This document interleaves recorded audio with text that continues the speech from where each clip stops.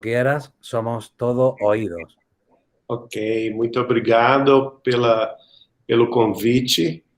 Eu vou compartilhar aqui a apresentação para que a gente possa acompanhar.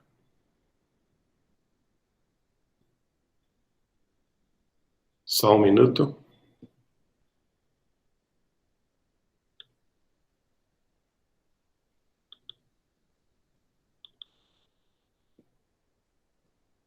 Estão vendo? Estão vendo o Sí, slide? Sim? vemos muy bien, muy bien. Ok, nós vamos então falar sobre a caminho da luz e transição planetária. É um tema muito extenso. Nós vamos tentar resumi-lo em 50 minutos. Lembrando que este livro de Chico Xavier foi especial, psicografado na década de 30, portanto, antes da Segunda Guerra Mundial, e ele tem o propósito de nos mostrar a história da civilização à luz do Espiritismo. Embora no prefácio, Emmanuel, que é o espírito comunicante, nos informa que a pretensão dele não era de historiografia, nem de cientificismo historiográfico, mas de apresentar, do ponto de vista espiritual, o caminhar da humanidade. Este livro foi psicografado no período de 17 de agosto até 21 de setembro de 1938, portanto, há algo um pouco mais de 35 dias, e publicado em 1939 pela Federação Espírita Brasileira. Ele é composto de 25 capítulos que começam desde a formação do mundo, na gênese planetária, a formação e evolução da vida organizada no planeta. Ele engloba, por exemplo, a parte importantíssima que nós vamos tratar aqui rapidamente, que é a chegada das raças adâmicas, que são os exilados de um planeta que estava em transição 10 mil anos antes de Cristo, na constelação do Cocheiro, onde se situam as estrelas binárias do sistema de Capela, e que mandaram para a Terra seus degredados, e aqui fizeram 4 grandes civilizações, a começar pela civilização ariana, a civilização hindu, a civilização egípcia e também o povo de Israel.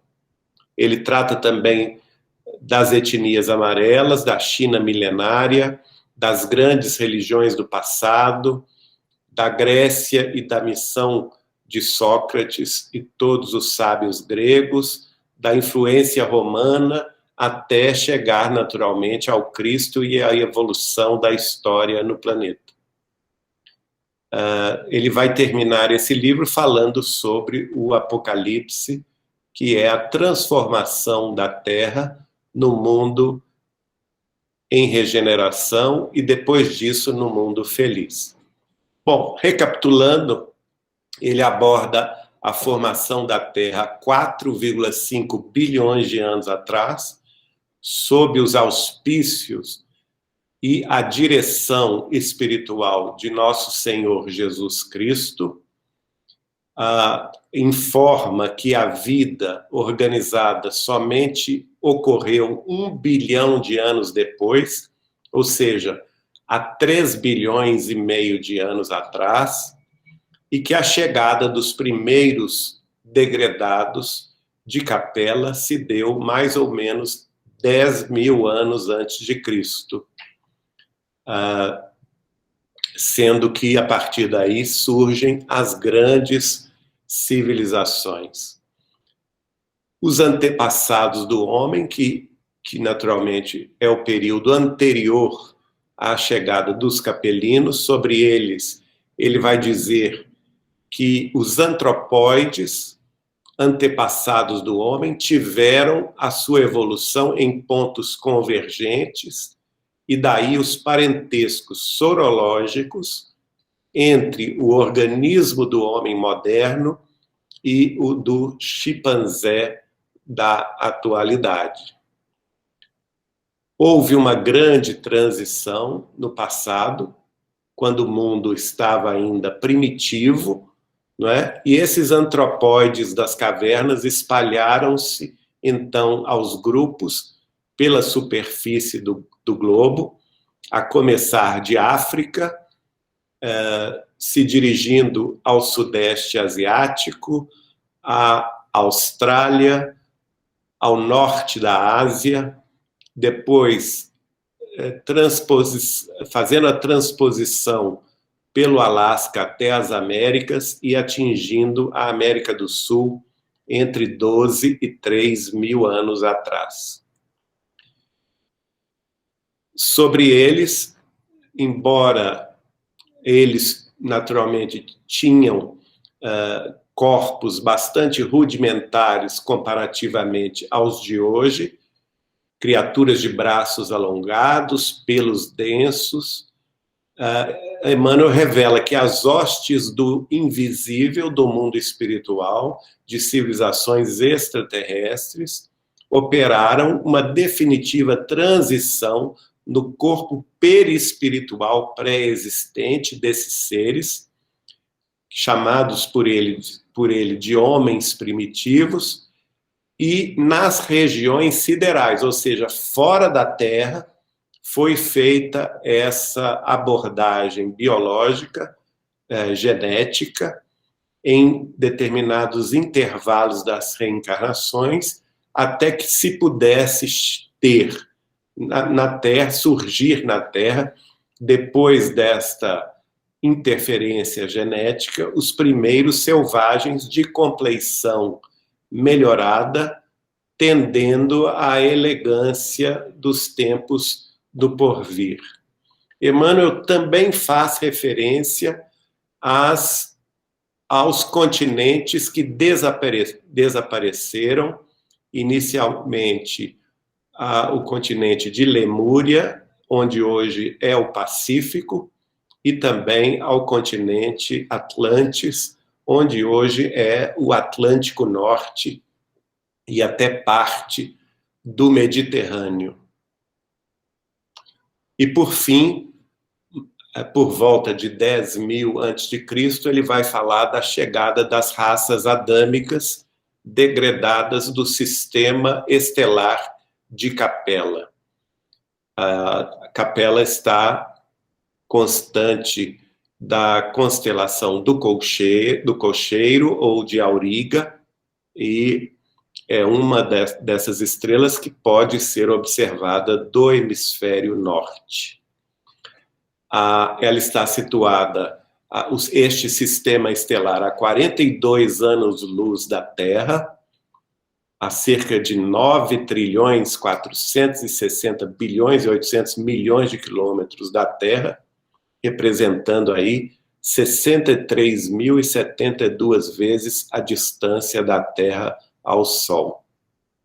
Naquela época, havia então um mundo em transição há vários milênios, planeta este que guarda muitas afinidades com o globo terrestre, uma vez que, por revelação de Chico Xavier a mim mesmo, este planeta também é dirigido por nosso Senhor Jesus Cristo.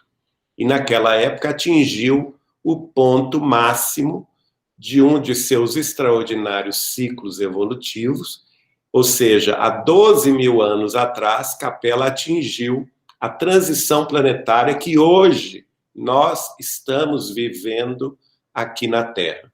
Ela estava deixando de ser um planeta de expiações e de provas para se tornar um planeta em regeneração.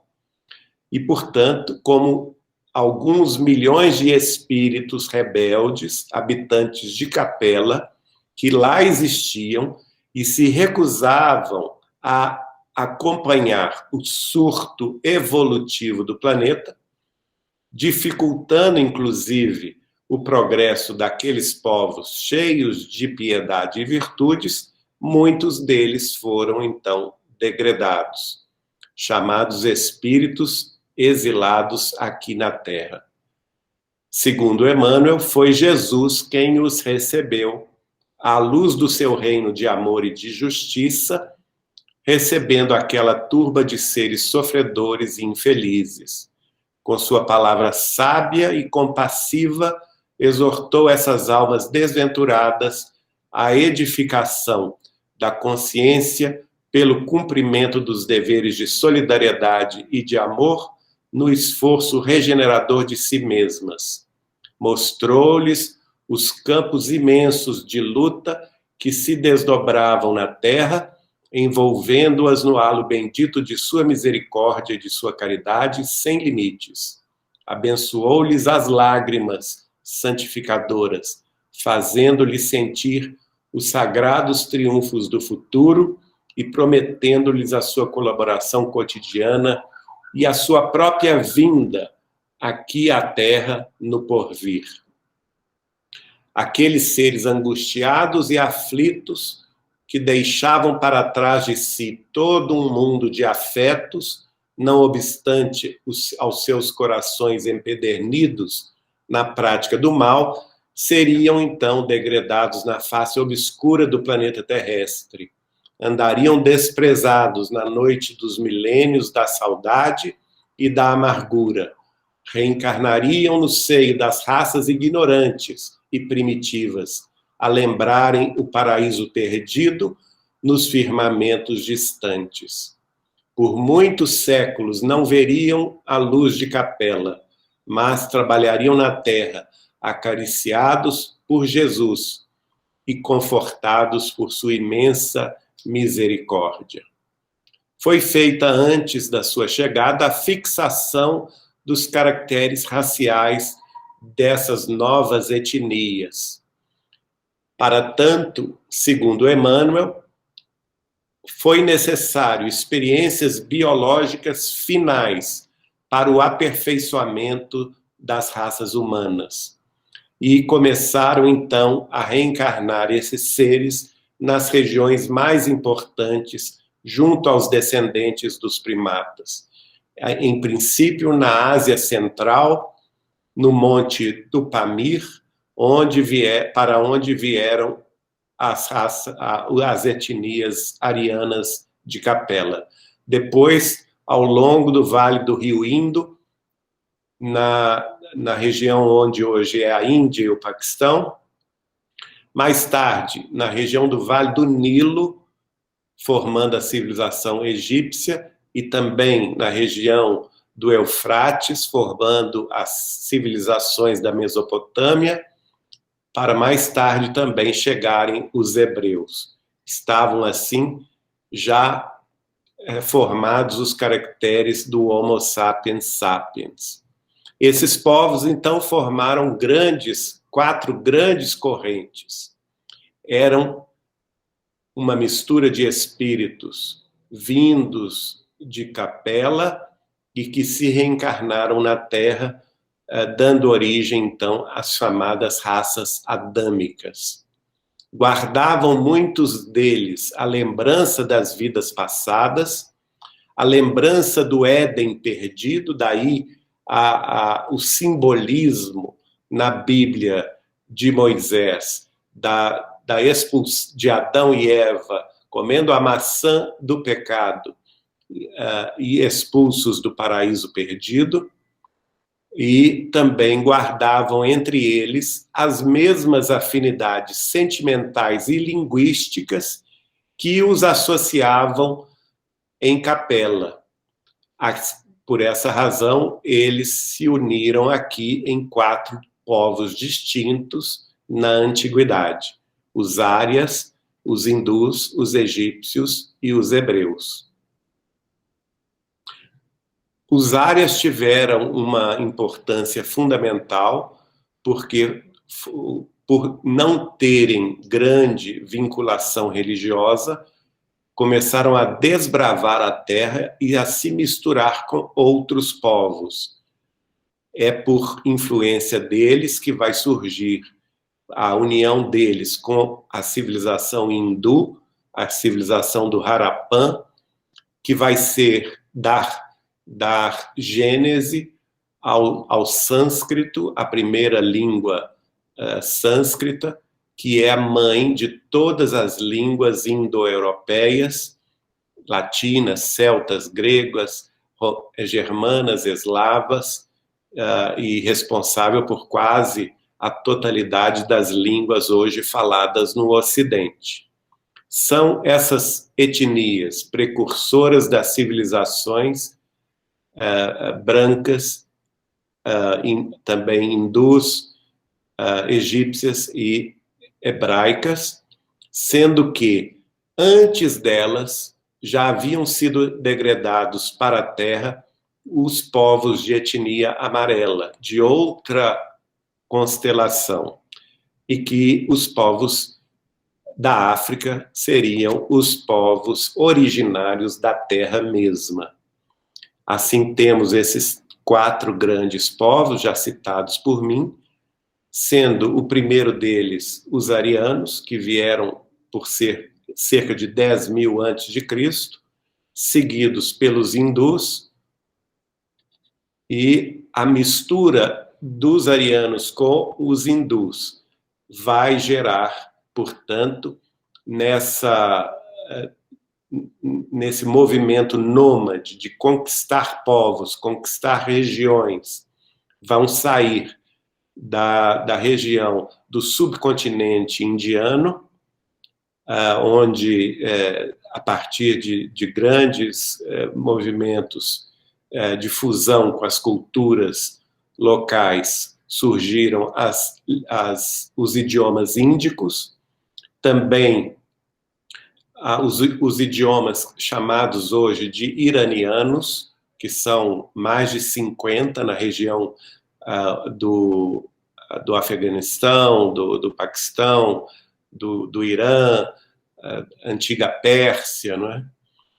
Também os idiomas armênios, os idiomas anatólios, que são os da península, da região da Turquia, o grego, que também é derivado das línguas indo-europeias, os eslavos, né, russos, bielorrussos, poloneses, todas essas línguas de origem eslava, todas as línguas de origem anglo-saxãos, o inglês, o dinamarquês, o norueguês, o sueco, o holandês, o flamenco, o alemão, o austríaco, e as línguas latinas, obviamente, como as nossas, o italiano, o romeno, o francês, o espanhol, o basco, o galego, o português, e também as línguas célticas, que vão se fixar basicamente na Escócia, na Irlanda e no país de Gales. Hoje, nós vemos hoje a maior influência dos indianos nos países que depois foram colonizados pela Inglaterra.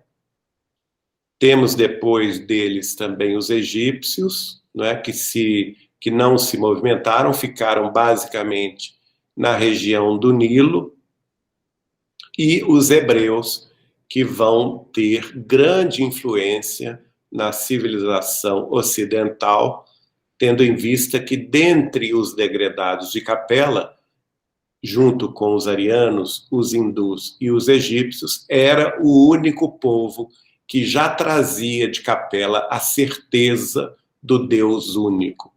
É por essa razão que Jesus, nosso Mestre e Senhor, escolhe nascer entre este povo, tendo em vista que, espiritualmente, eles tinham concepções religiosas mais avançadas que seus irmãos.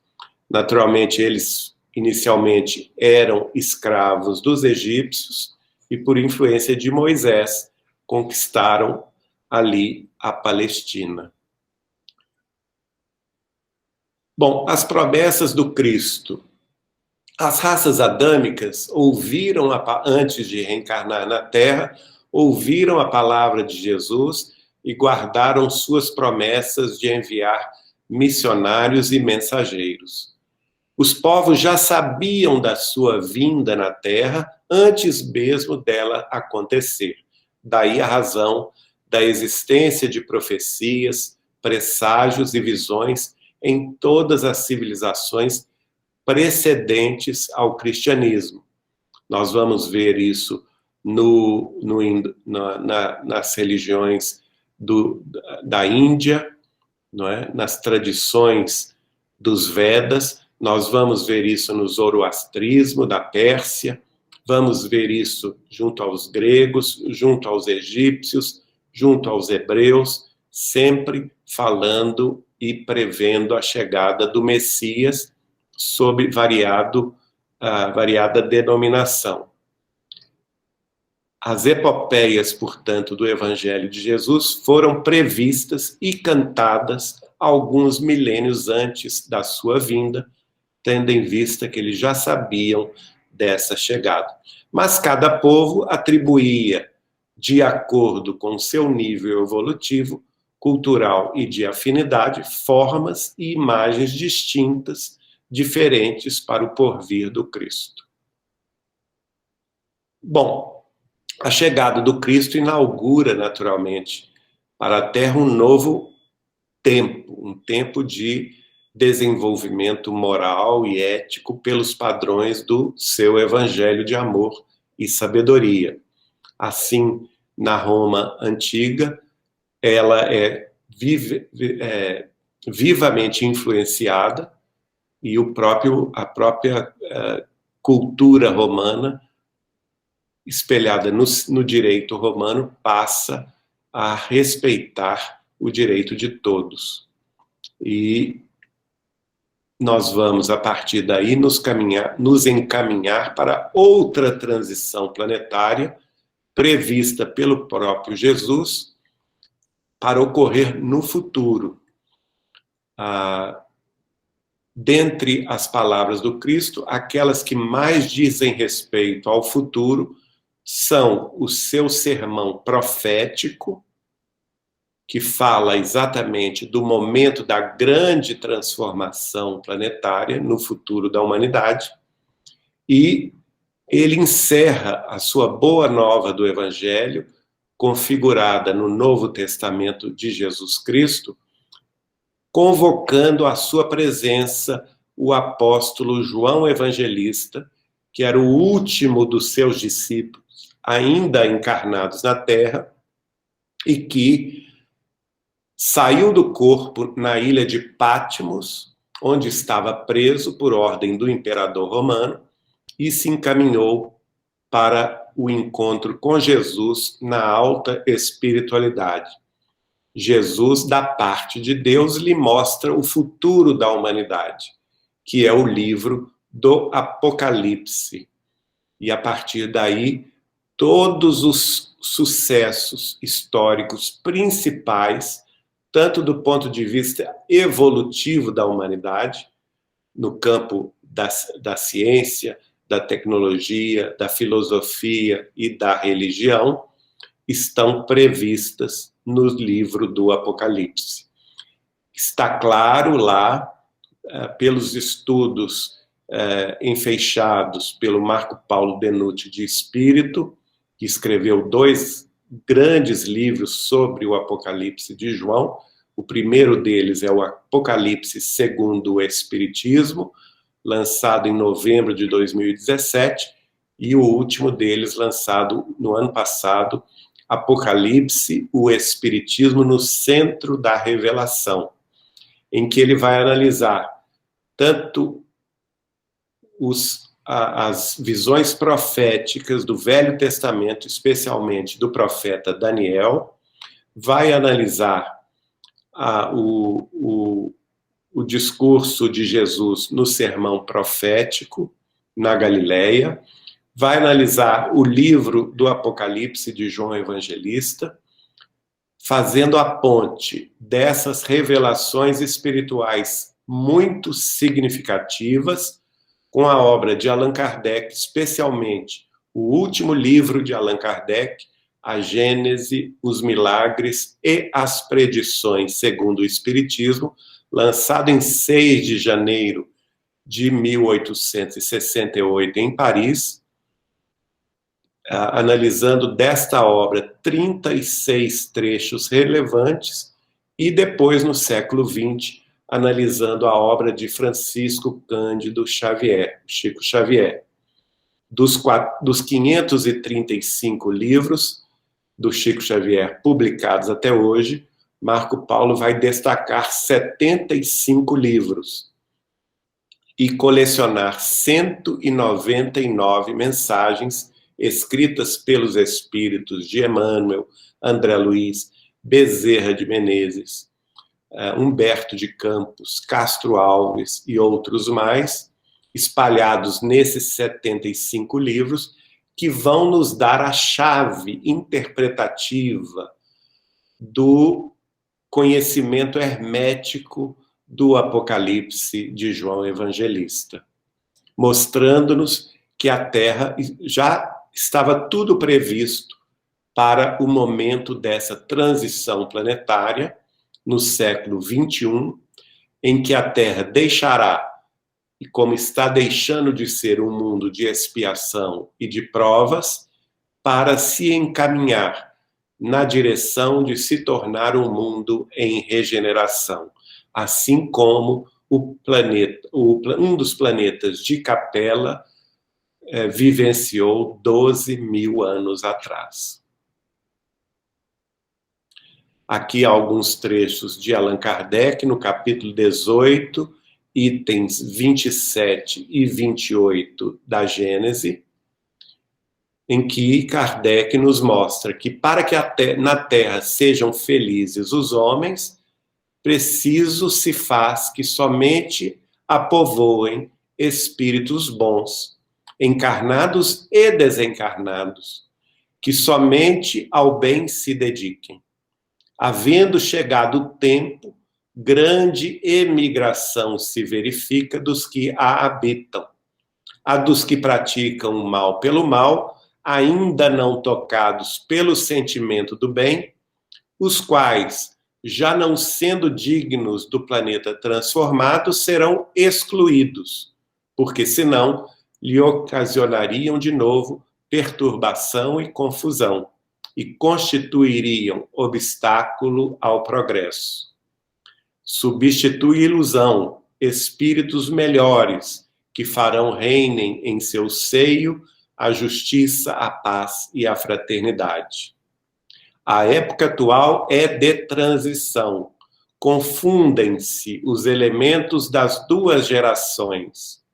Colocados no ponto intermédio, assistimos à partida de uma e à chegada da outra, já se assinalando cada uma no mundo pelos caracteres que lhes são peculiares. Nesta época, os espíritos revelam a Allan Kardec que a transição planetária da Terra, deixando de ser um mundo de expiações e de provas, e para ingressar no futuro na condição de mundo em regeneração, começara 100 anos antes da doutrina dos espíritos. Portanto, sabendo que a doutrina dos espíritos chegou no mundo terrestre com o lançamento do Livro dos Espíritos em 18 de abril de 1857, 100 anos antes, é 1757. Nós vamos ver, por exemplo, que todas as previsões de Allan Kardec a respeito, quando ele fala e estuda neste último capítulo de A Gênese, o capítulo chamado Sinal dos Tempos, os tempos são chegados, já estão ocorrendo. Ele fala, por exemplo, na questão do degredo, que se dá através de flagelos diversos. Inclusive, ele diz que um dos flagelos diversos é a chegada de epidemias, ou seja, a própria pandemia do coronavírus é um flagelo diverso, classificado por Allan Kardec como necessário ao processo de transição, no ápice da transição planetária, pois que ele força a saída dos espíritos retardatários da Terra e, ao mesmo tempo, abre um campo de chegada dos espíritos mais preparados para a transição. Na obra dele, nós vamos entender que há diferentes mundos, né? Mundos primitivos, mundos de provas e expiações, que é o nosso caso, mundos regeneradores para os quais nós estamos nos dirigindo, mas não para por aí. Depois de vivermos 7.000 anos, segundo Chico Xavier me explicou, como mundo regenerado ou em regeneração, nós teremos outra transição planetária para mundos felizes ou mundos superiores. E depois disso, ainda teremos evolução para um dia chegarmos à condição de mundos celestes ou divinos. No item 1 do capítulo 18 de A Gênese, Allan Kardec coloca: dizem-nos de todas as partes que são chegados os tempos marcados por Deus, em que grandes acontecimentos se vão dar para a regeneração da humanidade. E na questão 1019 do Livro dos Espíritos, o Espírito de São Luís disse: aproximai-vos do momento em que se dará a transformação da humanidade, transformação que foi predita e cuja chegada é acelerada por todos os homens que auxiliam o progresso. Em que a doutrina espírita pode dizer, o que a doutrina espírita pode dizer a respeito do fim dos tempos, isto é, como ocorrerá a transformação do planeta em planeta de provas e expiações para planeta de regeneração, foi a pergunta que foi formulada por um telespectador a Chico Xavier, 50 anos atrás, no programa televisivo no Brasil da TV Tupi de São Paulo, programa Pinga Fogo.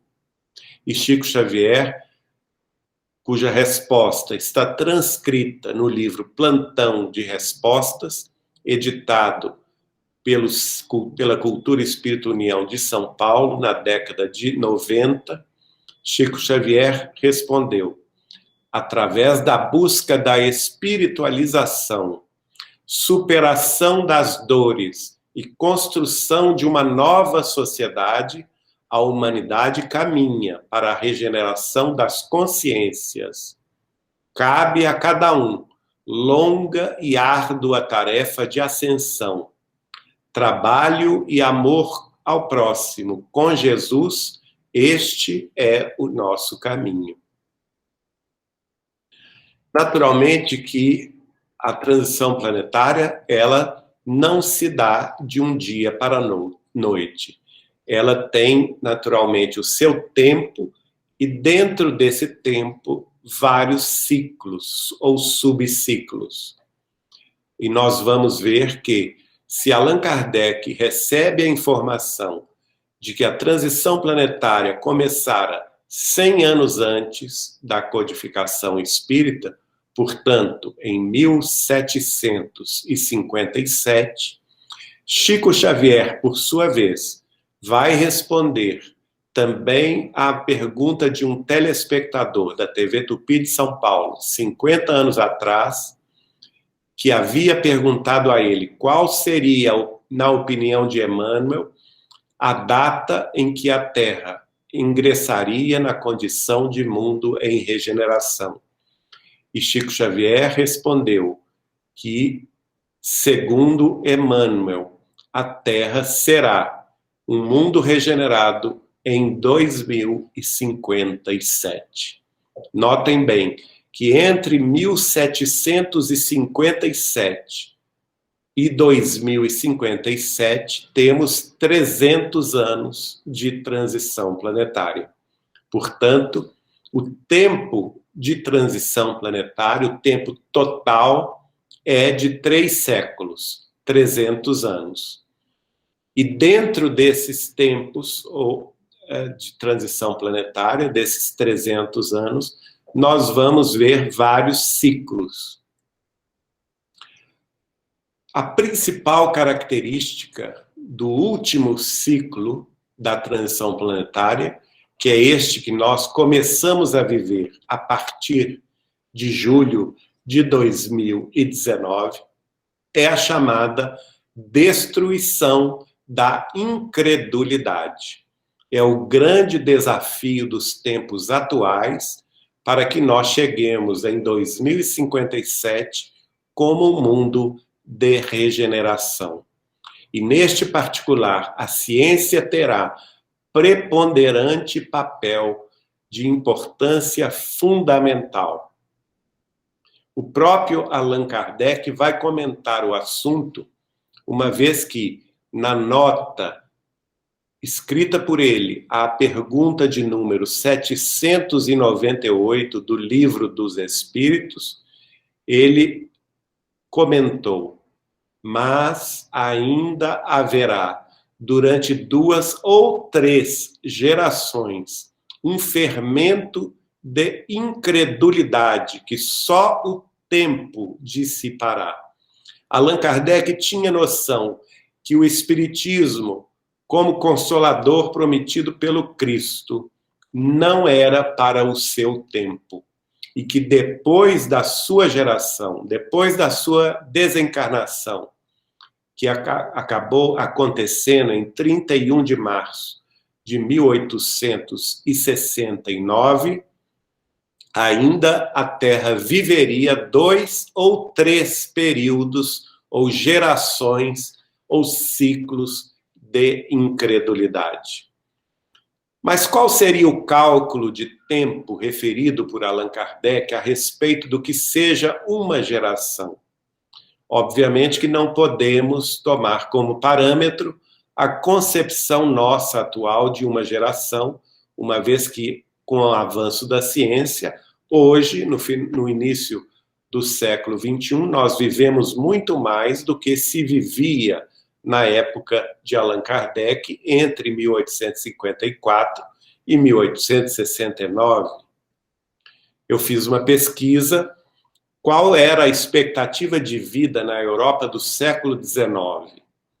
E vamos nos surpreender no site A História da Longevidade, que na Alemanha, por exemplo, a expectativa de vida na época de Kardec, não passava de 37,2 anos.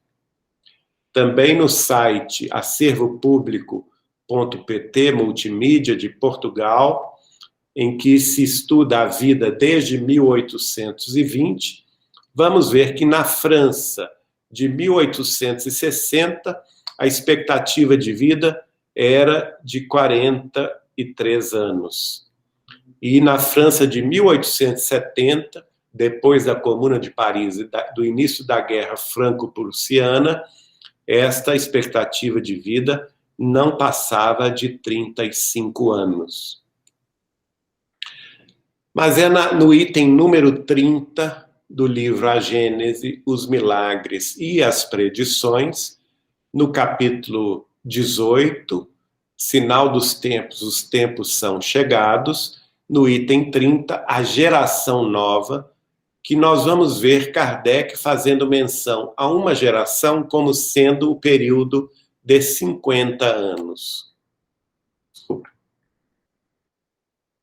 E ele diz o seguinte: sem a emigração dos espíritos, isto é, sem a partida dos espíritos retardatários, seriam necessários séculos e talvez milhares de anos para chegar ao resultado que um meio século, ou seja, 50 anos, bastará para realizar. Nós vemos, assim, que Allan Kardec, neste trecho, alude a um prazo especial futuro de 50 anos, que seria vital para a regeneração planetária da Terra, prazo este também mencionado depois no programa Pinga Fogo de 1971 por Chico Xavier, nas referências que nós costumamos chamar de data limite do velho mundo, como ele próprio nos afirmou em 1986. Então, como conclusão, podemos inferir que uma geração referida por Allan Kardec em sua nota da pergunta 798 de O Livro dos Espíritos seja, então, um período de tempo equivalente a 50 anos. Cada geração, portanto, 50 anos. Se Kardec prevê 2 ou 3 gerações de incredulidade, nós teríamos, então, o seguinte: o fim da geração de Allan Kardec, naturalmente, se deu com a sua morte, em 1869. O primeiro ciclo, ou a primeira geração de incredulidade prevista por ele próprio, vai terminar, portanto, 50 anos depois, em 1919. Qual foi a característica desse período de 50 anos? A incredulidade. Tivemos a Comuna de Paris, a Guerra Franco-Prussiana, que matou milhares de pessoas na Europa e levou à grande fome do final do século XIX. No início do século XX, tivemos a eclosão da Primeira Grande Guerra Mundial de 1914, que vai durar até 1918. Temos a Revolução Comunista Russa, de 1917, e ela vai terminar também com uma pandemia, a pandemia da gripe espanhola, que matou, segundo alguns autores, 50 milhões de pessoas no mundo, e os mais, vamos dizer assim, que calculam esse número bem maior, chegam a falar em 100 milhões de pessoas mortas pela gripe espanhola. Então, uma característica principal desse ciclo é de incredulidade. Começa, então, o segundo ciclo, que é 1919 até 1969, que não por coincidência é o início da data limite do velho mundo, segundo Chico Xavier. Qual que é a característica desse segundo ciclo? Logo no início desse segundo ciclo, ainda vivíamos sob a influência da pandemia da gripe espanhola.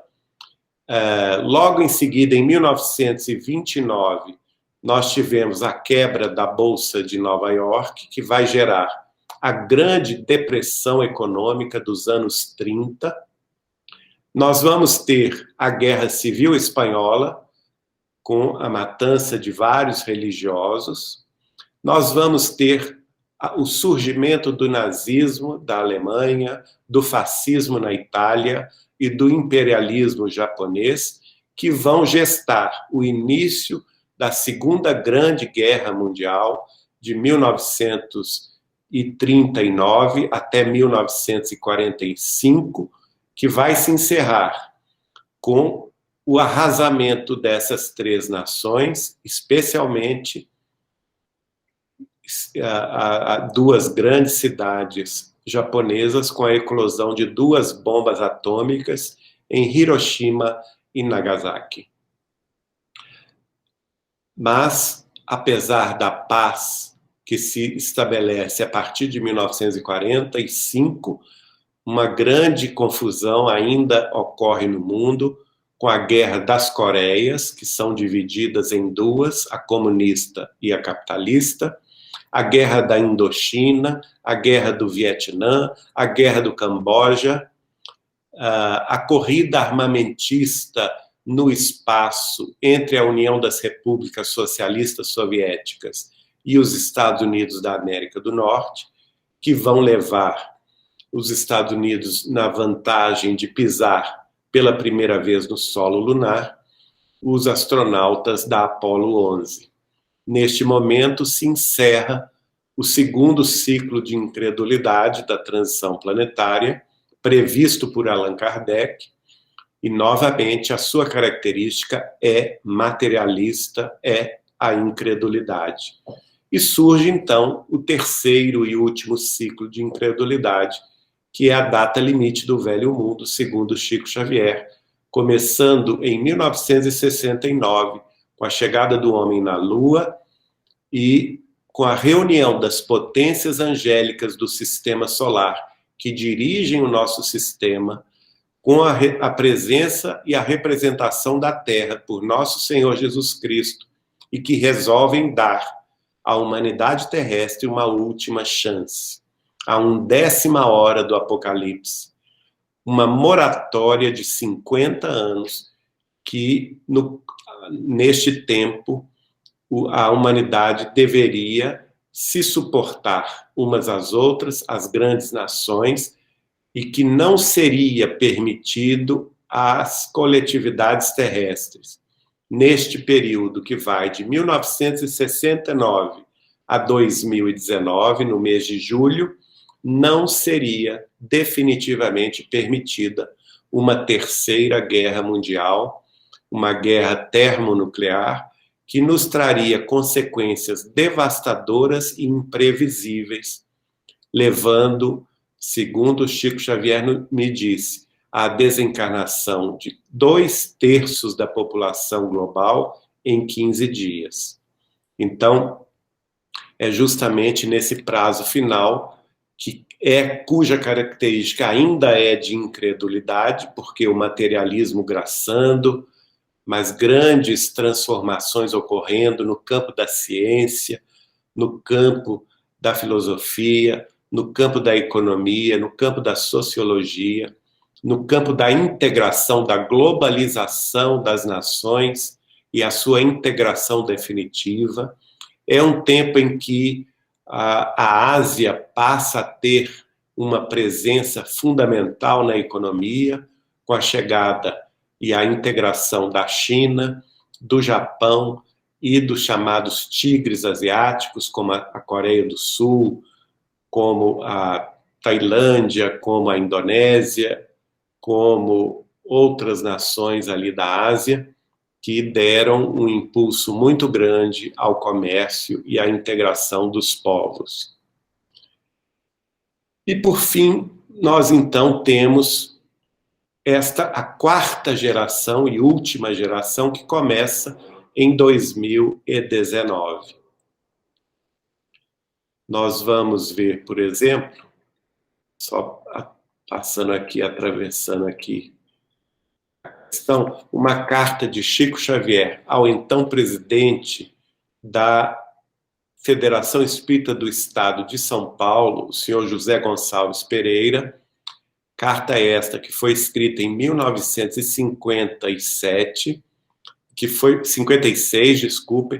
foi publicada na Revista da Boa Vontade em outubro daquele ano, na qual Chico Xavier revela ao José Gonçalves que ele pensava que em 2057 os nossos alicerces já se mostrariam mais sólidos. A ciência teria acordado para deveres mais amplos e estaria, com a ajuda de Deus, dando mão forte à religião para as nossas conquistas definitivas do espírito. A Terra teria sofrido mais um pouco, mas provavelmente com guerras e renovações que seriam inevitáveis, e por isso mesmo, em 2057, revelar-se-ia mais compreensiva e mais bela. Para terminar, temos aqui a palavra de Chico Xavier, 50 anos atrás, no programa Pinga Fogo. Estamos, sim, muito próximos de uma grande transformação planetária. As calamidades sociais, espirituais emocionais e físicas estarão por toda parte do planeta. Emmanuel afirma que a Terra será um mundo regenerado por volta de 2057. Mas antes disto, diversos tipos de transformações ocorrerão no planeta para o concurso do aceleramento deste processo. E agora, para onde vamos? O que nós vamos viver a partir daqui? Esta é uma foto de Chico Xavier em 1966, em Nova York.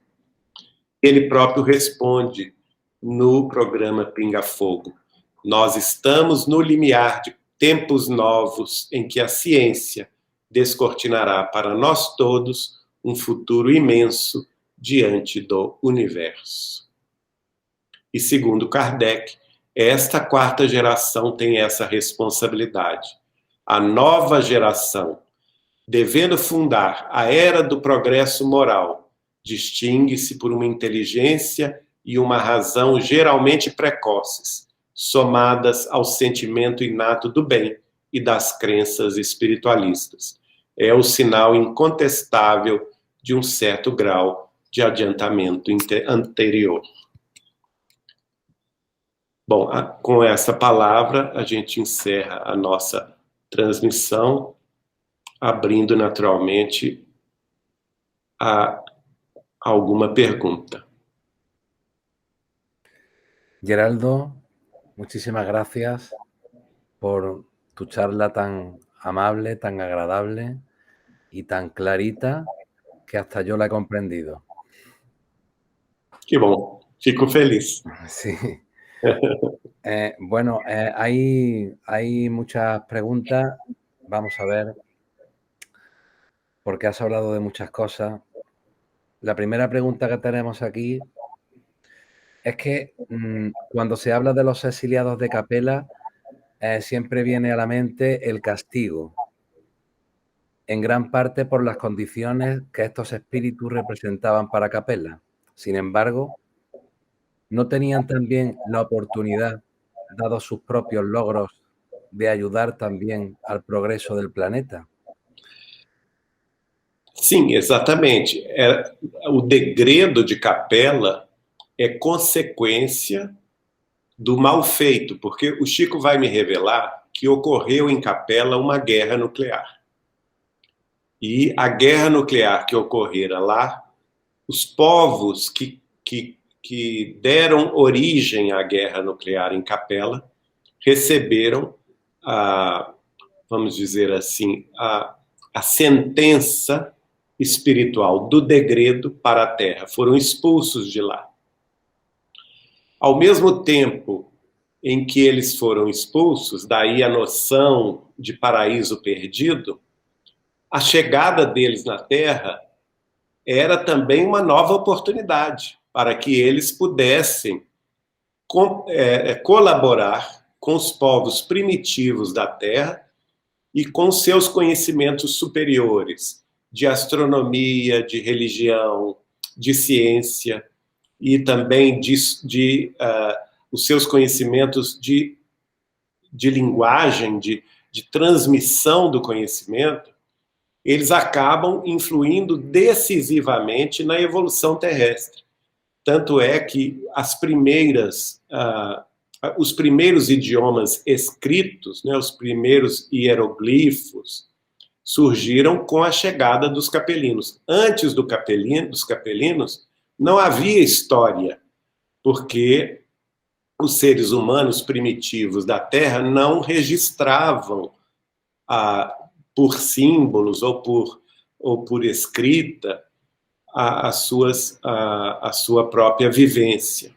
Isso passa a ocorrer somente com a chegada dos capelinos. E, a partir daí, inaugura-se na Terra a história da humanidade, que é transmitida para as gerações seguintes. Alguns deles têm conhecimentos de astronomia espantosos, como, por exemplo, os mesopotâmios, os egípcios, que são os mesmos povos, né?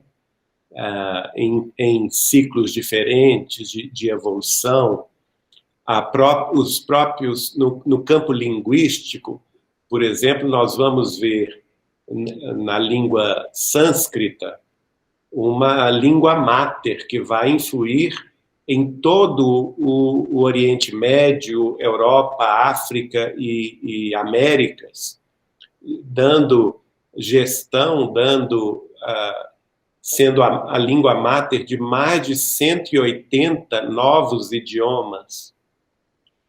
Então, vejam, é realmente uma influência decisiva para a história da humanidade. Na Índia, a escrita dos Vedas, que se faz justamente na época da fusão da cultura ariana com a cultura Harappan, que habitava em torno do rio Indus, e que depois vai gestar a civilização a védica, que vai migrar para o Ganges e vai estabelecer um grande império naquela região, por volta de 3.500 a.C. até 600 depois de Cristo. Durante esta época, os Vedas, nós vamos identificar ali textos espantosos que falam de máquinas voadoras, que falam de guerras atômicas, que não poderia naturalmente ter existido aqui na Terra, que nada mais era do que lembranças do que ocorrera em Capela. Então, conhecimentos muito mais avançados do que as civilizações primitivas da Terra teriam condições de compreender. Muy bien, muchas gracias. Otra pregunta referida a los exiliados a este asunto. Si las razas son características físicas, biológicas, culturales, ¿por qué los espíritus fueron separados por razas? Por afinidades. O próprio Emmanuel afirma no livro A Caminho da Luz que, como lá em Capela haviam essas afinidades linguísticas, históricas, culturais e religiosas, inclusive por causa disso houve a guerra lá, o Chico vai me explicar, não é? Quando vieram para a Terra, eles acabaram se unindo por afinidades pré-existentes. As afinidades não eram aqui na Terra, elas eram pré-existentes. Elas já existiam em Capela e apenas foram transpostas para a Terra. Daí vão gerar não raças, mas etnias distintas. A etnia branca, a etnia hindu, a etnia egípcia e a etnia hebraica. Muy bien. Otra pregunta que tenemos aquí ha hablado de Lemuria. Lemuria fue una propuesta de científicos franceses en el siglo XIX. Sin embargo, sería en el siglo XX, con la teoría de Alfred Wegener, que las derivas continentales, la hipótesis de la existencia de Lemuria queda descartada. El mundo formaba un gran bloque denominado Pangea, el cual se fragmentó desplazándose los distintos continentes, generando las placas continentales. ¿En qué se basa la existencia de Lemuria cuando la ciencia actualmente lo descarta? Bom, o Espiritismo não pretende fazer ciência. O Espiritismo é uma revelação. E nós temos, por exemplo, na obra de Chico Xavier, a antecipação científica de várias questões que, na época que ele recebeu as informações, foram inclusive ridicularizadas pela ciência. Por exemplo, a obra de André Luiz. Na obra de André Luiz, nós temos afirmações científicas a partir de 1943 até 1969, os 16 principais livros revelatórios de André Luiz, que nós podemos considerar como um tratado de ciência da vida espiritual, da mediunidade, da influência dos espíritos em nossa vida, e da ascendência do espírito sobre a matéria. E lá André Luiz faz afirmações científicas, médicas, biológicas, que naquela época não era de conhecimento dos homens terrestres. E por isso mesmo a obra foi muitas vezes ridicularizada. Acontece que com o passar do tempo, hoje as associações médico-espíritas espalhadas pelo mundo inteiro estudam profundamente esta obra e já temos, inclusive, trabalhos que foram publicados em revistas científicas mostrando as revelações de André Luiz antecipando conquistas científicas, por exemplo, a respeito da função da glândula epífise, por exemplo, a questão do cérebro triuno, que André Luiz escreveu no livro No Mundo Maior, em 1947, e cujo primeiro trabalho científico se deu em 1969, e que só foi publicado em 1990, não é?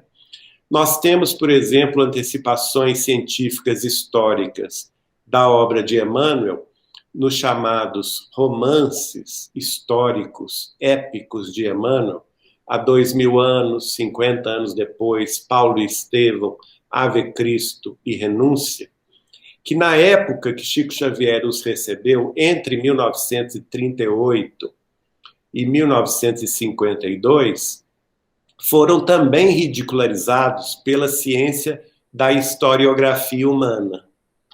E, no entanto, trabalhos de mestrado e doutorado das universidades europeias, russas, japonesas, norte-americanas, canadenses, que estudaram a vida romana do primeiro e do segundo século, chegaram, depois de determinadas escavações históricas, né, antropológicas, chegaram à revelação exatamente do que Emmanuel relata.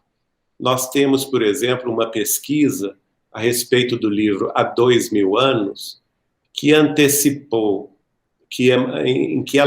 nessa pesquisa que foi feita pelo Marco Paulo Denuti de Espírito, ele identifica 208 pontos históricos comprovados pela historiografia do século XXI, e que Emmanuel afirmava no livro Há 2000 anos, em 1939. Né? Então, o que eu quero dizer com isso? Muitas das afirmações de Emmanuel no livro A Caminho da Luz ainda não foram comprovadas cientificamente, mas um dia virão a ser. Ele, inclusive, foi questionado em 1957 por um grupo de 50 espíritas, 47 espíritas da cidade de Curitiba, em Pedro Leopoldo. E essa questão, essa entrevista, eles fizeram a entrevista por escrito e o Emmanuel respondeu através de Chico Xavier, revelando que nós, seres humanos atuais, Homo sapiens sapiens, não somos o primeiro agrupamento humano terrestre. Né? A primeira civilização humana terrestre. Nós somos a quinta civilização humana terrestre. E que nós já passamos por grandes ciclos evolutivos, e ele fala que a Terra tem esses grandes ciclos evolutivos de 128 mil anos. Que a primeira civilização humana não vingou, foi uma civilização primitiva. E que esses ciclos, grandes ciclos evolutivos de 128 mil anos, são intercalados por ciclos de repouso, não é? Então, nós tivemos um primeiro grande ciclo de 128 mil anos, seguidos por um ciclo de repouso de 64 mil anos. Depois ele fala da civilização de Lemúria, que foi o primeiro grande ciclo evolutivo de raça humana na Terra, e que essa civilização foi extinta justamente na região onde hoje é o Pacífico, que foi submergida. Depois o segundo ciclo, que seria a civilização Atlante, mas entre a Atlante e os lemurianos também teve uma que não vingou, e depois, então, dos Atlantes, vem a civilização nossa, do Homo sapiens sapiens.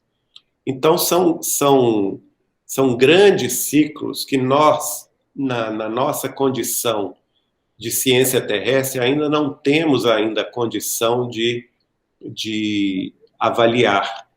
Falta-nos ainda certas descobertas científicas nos mares, porque essas civilizações foram submersas, não é? Mas que haverão de chegar com o próprio avanço dos instrumentos de pesquisa, dos submarinos de pesquisa, que podem, naturalmente, mergulhar nas fossas abismais do Oceano Pacífico e do Oceano Atlântico. Muy bien. Una pregunta sobre el COVID, sobre el coronavirus, sí. ¿Cuál es la base para decir que los que se fueron por el COVID son espíritus que frenan el progreso? Não, nós não afirmamos isto, não é? Quem afirma isto é Allan Kardec no livro A Gênese, que todos aqueles que desencarnam por flagelos diversos, desencarnações coletivas, eles têm a chance, são espíritos que de certa forma, estão cristalizados, seja no materialismo, ou seja em concepções errôneas de vida, e que o choque da desencarnação dá a eles chance de mudarem. Não significa que eles serão degradados, não é? Todos os que desencarnam em grandes comoções coletivas, ao chegarem no mundo espiritual, o próprio choque da desencarnação, a presença, por exemplo, de guias e mentores espirituais junto deles, dá a eles chance de refazerem os seus caminhos, de mudarem as suas concepções, e por isso mesmo eles podem ficar na Terra. Não significa que eles serão degradados, não é? Allan Kardec chega a dizer, isso está no capítulo 18 do livro A Gênese, os Milagres e as Predições segundo o Espiritismo, no subtítulo O Degredo. Primeiro ele fala sobre os flagelos diversos e depois ele fala sobre o degredo. E aí ele vai dizer o seguinte, que essas pessoas que desencarnam coletivamente, nesses flagelos diversos, a maioria delas tem chance de ficar e progredir com o planeta Terra. Mas que ele acha, segundo os espíritos falam com ele, Kardec, aqueles que estão mais propensos ao degredo, que geralmente não se melhoram depois da desencarnação, são os espíritos criminosos, os espíritos que promovem e instigam a guerra e a separação entre os povos, e os espíritos viciosos. Então, que esses, de uma forma geral, teriam pouca chance de ficar na Terra e que são encaminhados a planetas que lhes seriam mais afins ao seu modo de vida, não é? Que, no entanto, teriam chance de ficar na Terra com o choque da desencarnação, teriam chance de ficar os espíritos autoritários, porque eles podem mudar de atitude no mundo espiritual, os espíritos materialistas, porque ao enxergarem a continuidade da vida além do túmulo, podem também mudar de opinião, não é? E os espíritos mais apegados à matéria, mais sovinas e que podem também mudar sua visão de mundo. Muchas gracias. Otra pregunta, más que pregunta, es un pensamiento a partir de la fecha del 2057. Si se da esa fecha como mundo de regeneración, viendo la situación actual de cómo está el planeta, tendría que haber un gran cataclismo o algún acontecimiento de la naturaleza muy fuerte, puesto que actualmente todavía no nos encontramos muy lejos de ser un mundo de regeneración. E quedam apenas 35 anos para essa fecha. Sim. Note bem, eu concordo com essa visão. A transição não acabou. Nós estamos no último período da transição, que será o mais difícil. Né? Por quê? Porque é o período que a incredulidade precisa ser destruída. Dentro da lei de destruição de Allan Kardec, não se concebe uma civilização entrar na condição de mundo em regeneração quando as suas principais instituições ainda funcionam sob a orientação do paradigma materialista. O que caracteriza o mundo de expiação e de provas é o materialismo. O que caracteriza o mundo de regeneração é a espiritualidade. Então, nós temos que fazer essa mudança de paradigma. Mas aí vem a questão: seremos nós, religiosos, que vamos fazer essa mudança? Não. Quem fará essa mudança, segundo Chico Xavier no programa Pinga Fogo, serão os cientistas. Por quê? Porque chegou a hora da ciência avançar além da matéria. E é exatamente nesse período de 36 anos, de 2021 a 2057, que nós veremos avanços extraordinários no campo da ciência.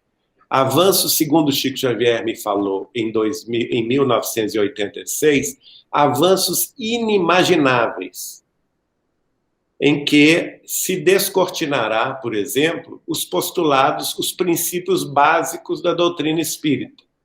Tipo, quais são os princípios básicos da doutrina espírita? A existência do espírito é um deles, não é? A sobrevivência do espírito após a morte. Isso será tema de descobertas científicas, incontestes.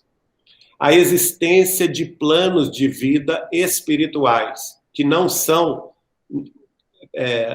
do nosso plano terrestre. O Chico vai me revelar, por exemplo, que por volta do ano 2050, as indústrias televisivas vão, sem querer, sem o desejarem, descobrir o mundo espiritual. Então, elas entrarão em contato com transmissões vindas do mundo espiritual. E essas transmissões irão se identificar. Nós somos os espíritos da Terra desencarnados. E que nós teremos esses aparelhos a partir do ano 2050, por volta do ano 2050.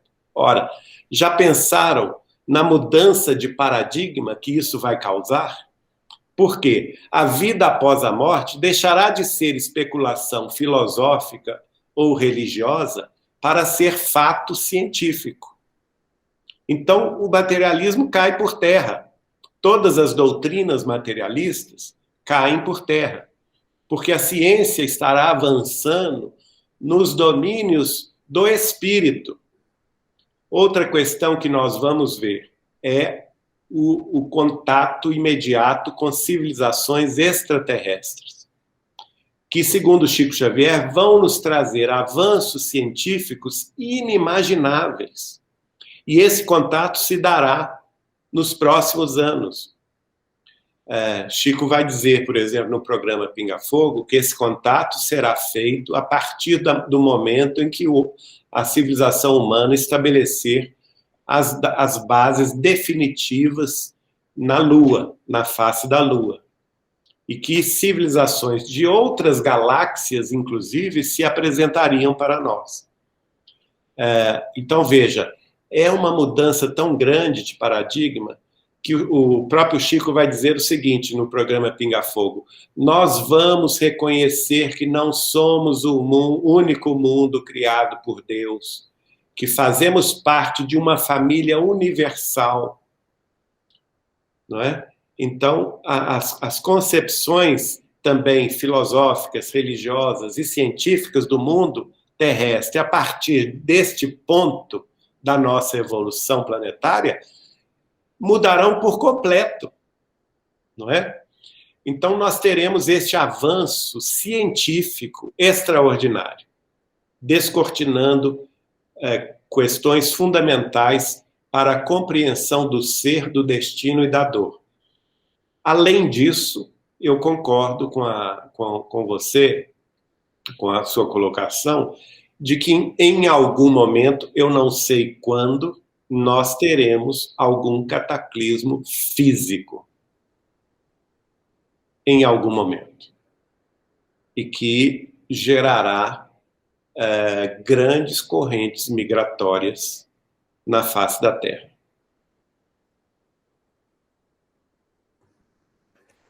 Sí, preguntan también por la miniera de hielo.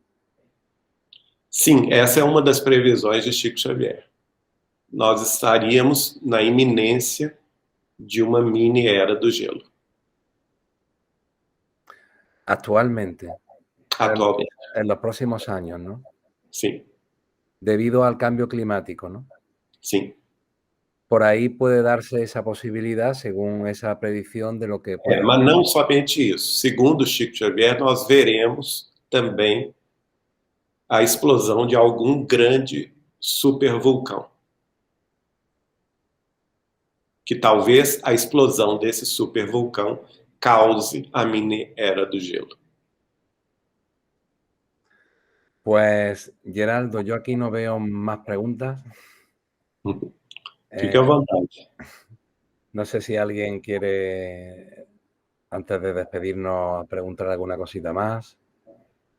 Pero quería darte las gracias porque somos un grupo de estudios sencillo, que recién comenzamos, y te agradecemos muchísimo que hayas estado con nosotros dedicándonos tu tiempo, y también agradecemos, como estábamos hablando, a los avances de la ciencia, que podamos estar tan lejos e tão cerca todos. Sim, muito importante isso, eu agradeço. Muitas graças por ter me convidado. É uma honra participar com vocês aí da Espanha. E peço desculpas por não falar a vossa língua, mas espero ter sido compreendido. Sí, hemos comprendido. Que Jesus nos abençoe. Te mandamos un abrazo muy grande, y que estemos todos bien. Y si te parece que termines y nos hagas una pequeña oración para cerrar la noche, te lo agradeceríamos mucho, Geraldo. Eu fazer a oração? Sim. Sim, pois não. É um grande prazer.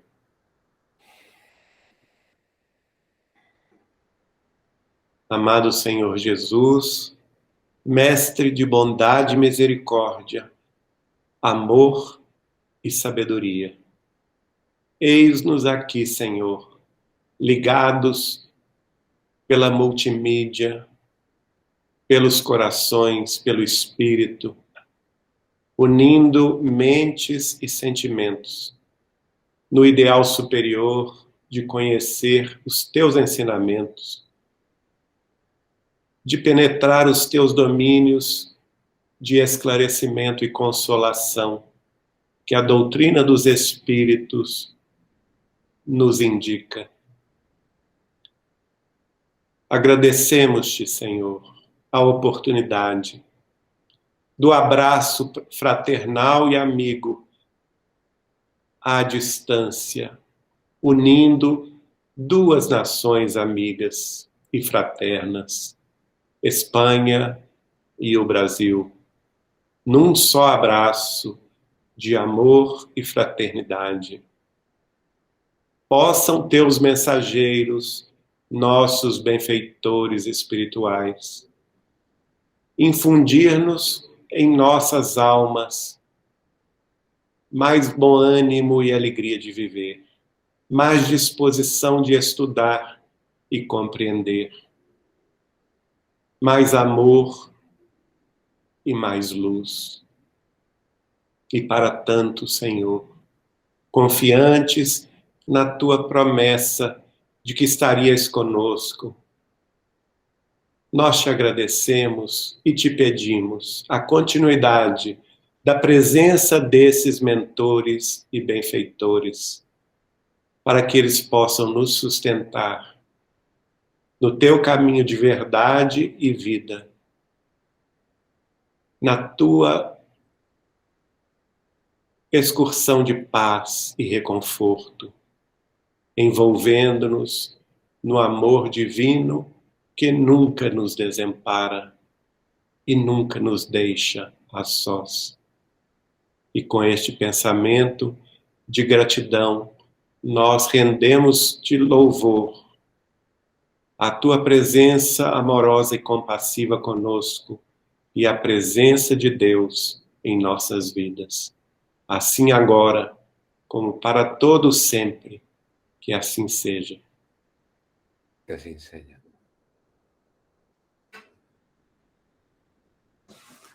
Muchas gracias, muito obrigado. Sí. Un beijo no coração. Para ti buenas tardes, para todos buenas noches. Boa noite. Buenas noches, gracias.